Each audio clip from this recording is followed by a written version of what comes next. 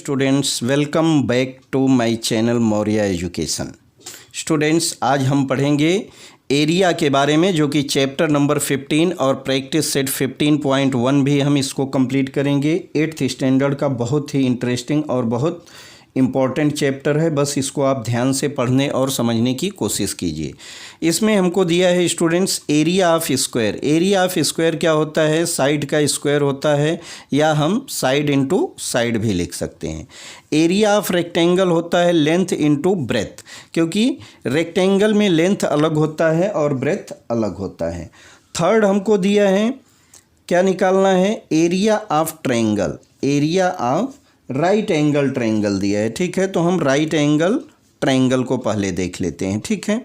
Right angle triangle, इसमें हमको क्या करना है? 1/2 into product of side making right angle. Product लिख देते हैं हम यहाँ, product of side making right angle triangle, ठीक है। देखिए, राइट एंगल ट्रायंगल क्यों बोलते हैं हम इसको? क्योंकि इसमें एक एंगल जो रहता है 90 डिग्री का होता है। प्रोडक्ट ऑफ साइड 3 रहती है। एक हमारा लेंथ रहता है, क्या रहता है? एक तो हमारा बेस रहता है, दूसरा उसकी हाइट जिसको हम परपेंडिकुलर लेंथ बोलते हैं, ठीक है। और एक रहता है हाइपोटेनस। तो यहाँ हाइपोटेनस से कोई मीनिंग नहीं है। जो इसका लेंथ और ब्रेथ जो कि हम सेम यूज करते हैं अदर ट्रायंगल में भी, यहाँ पर भी वो दो साइड का मल्टीप्लिकेशन को साथ में दे दिया है और 1/2 होता है। तो ट्रायंगल में आप कंफ्यूज मत होइएगा, ट्रायंगल के लिए फार्मूला सब एक ही है। फोर्थ वन हमको दिया हुआ है area of triangle. Area of triangle, इसके लिए क्या होता है? 1/2 into base into height, HEIGHT, ठीक है, हाइट। अब देखिए, यहाँ भी बेस और हाइट है, यहाँ product of side making right angle triangle. तो मीनिंग दोनों का एक ही है, बस लिखने का यहाँ पर केवल मेथड चेंज हो गया है। तो और आपका आंसर भी एक ही आएगा। आप कॉमन कोई भी फार्मूला लगाएंगे, आपको आंसर सेम मिलने वाला है। अब हम 8th में पढ़ेंगे स्टूडेंट्स की पैरालेलोग्राम क्या होता है।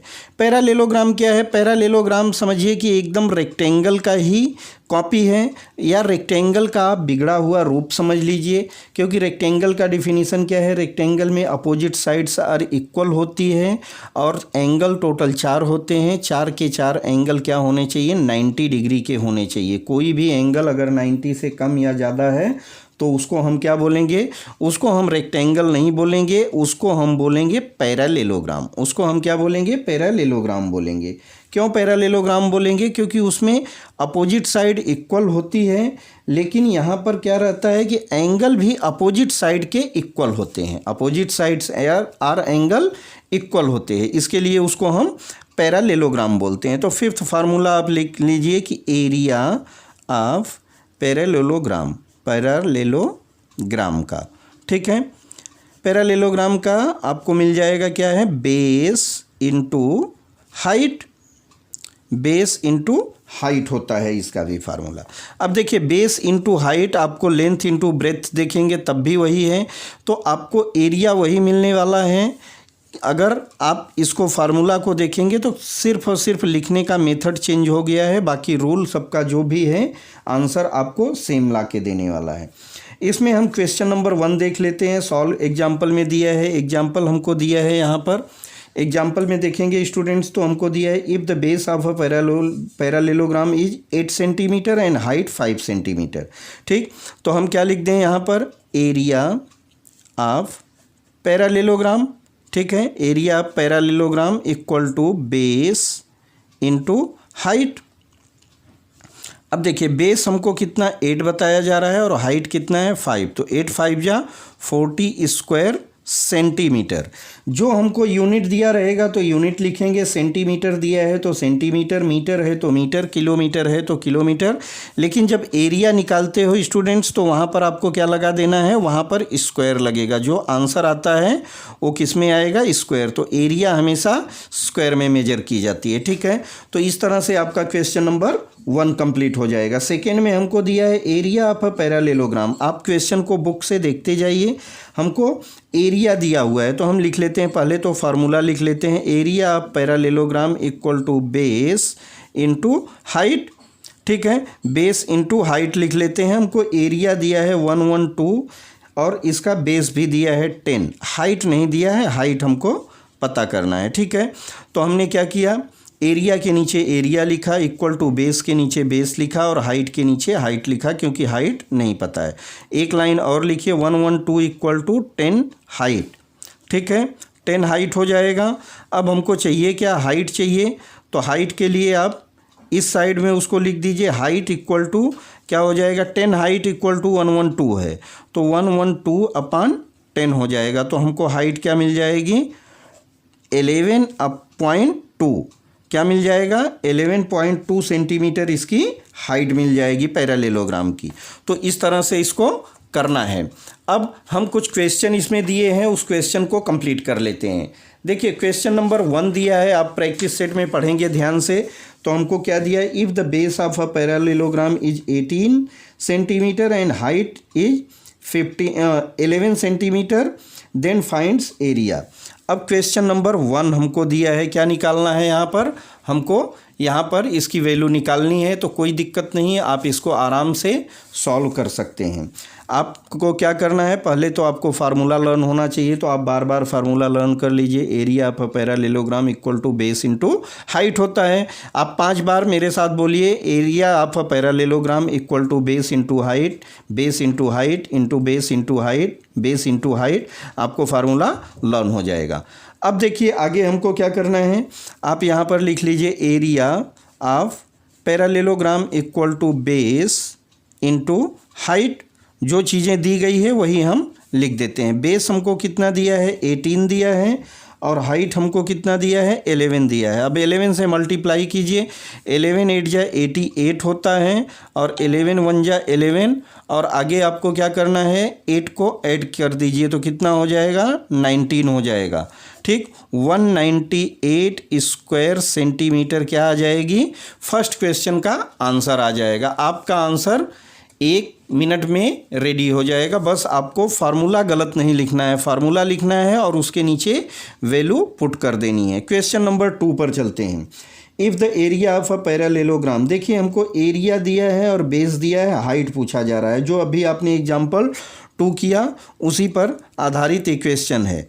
Area of a parallelogram equal to base into height कर दीजिए। अब जो वैल्यू दी गई है उसको लिख लीजिए, 29.6 है इक्वल टू बेस हमको 8 दिया है, हाइट को h लिख देते हैं। ठीक है, अब देखिए 8 इंटू एच किसके बराबर है, 29.6 के बराबर है। तो h इक्वल टू क्या हो जाएगा, 29.6/8। 8 से डिवाइड कीजिए, 8 3 जा होता है 24 और 8 7 जा होता है 56। तो आपका आंसर क्या आ जाएगा, 3.7 सेंटीमीटर आ जाएगा। ठीक है, 3.7 सेंटीमीटर आपका आंसर आ जाएगा। क्वेश्चन नंबर 3 के तरफ चलते हैं। हमको क्वेश्चन नंबर 3 में क्या दिया है, क्वेश्चन नंबर 3 में दिया है एरिया ऑफ अ पैरालेलोग्राम। एक हमको एरिया दी गई है, किसकी, एरिया ऑफ पैरालेलोग्राम, पैरालेलोग्राम। ठीक, equal to base into height, base into height. अब हमको पैरालेलोग्राम की एरिया दी गई 83.2 और हाइट दी गई है, यहाँ पर हमको बेस नहीं दिया हुआ है। ठीक है, बेस इंटू हाइट 6.4 सेंटीमीटर दिया है।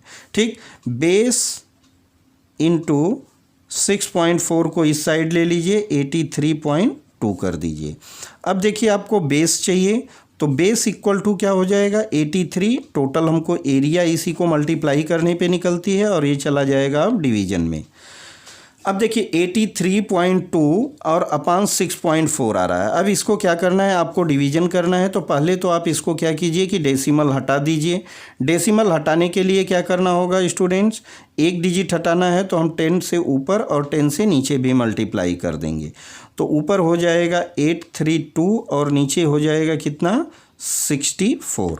अब इसको डिवाइड कीजिए, चलिए हम 4 से डिवाइड करते हैं। 4 1 जा 4, 4 6 जा 24 होता है। अब यहाँ 4 2 जा 8 हुआ, 4 8 जा 32, 208 आ गया। अब 16 से भाग दीजिए, 16 1 जा 16, 16 3 जा कितना होता है 48 होता है। ठीक है, तो आपका आंसर क्या आ गया यहाँ पर 13 सेंटीमीटर हो गया, जो कि यही हमसे पूछा जा रहा है कि बेस इसका कितना है, तो 13 सेंटीमीटर लिख देंगे। तो इस तरह से आपका प्रैक्टिस सेट 15.1 यहाँ पर कंप्लीट हुआ स्टूडेंट्स। बस आप इसको प्रैक्टिस करते रहिए और बार बार जितनी बार प्रैक्टिस करेंगे उतना ही आपका नॉलेज बढ़ता जाएगा और कॉन्फिडेंस बढ़ता जाएगा। अब मिलते हैं नेक्स्ट वीडियो में, नेक्स्ट प्रैक्टिस सेट उसमें हम कंप्लीट करेंगे। तब तक के लिए बाय।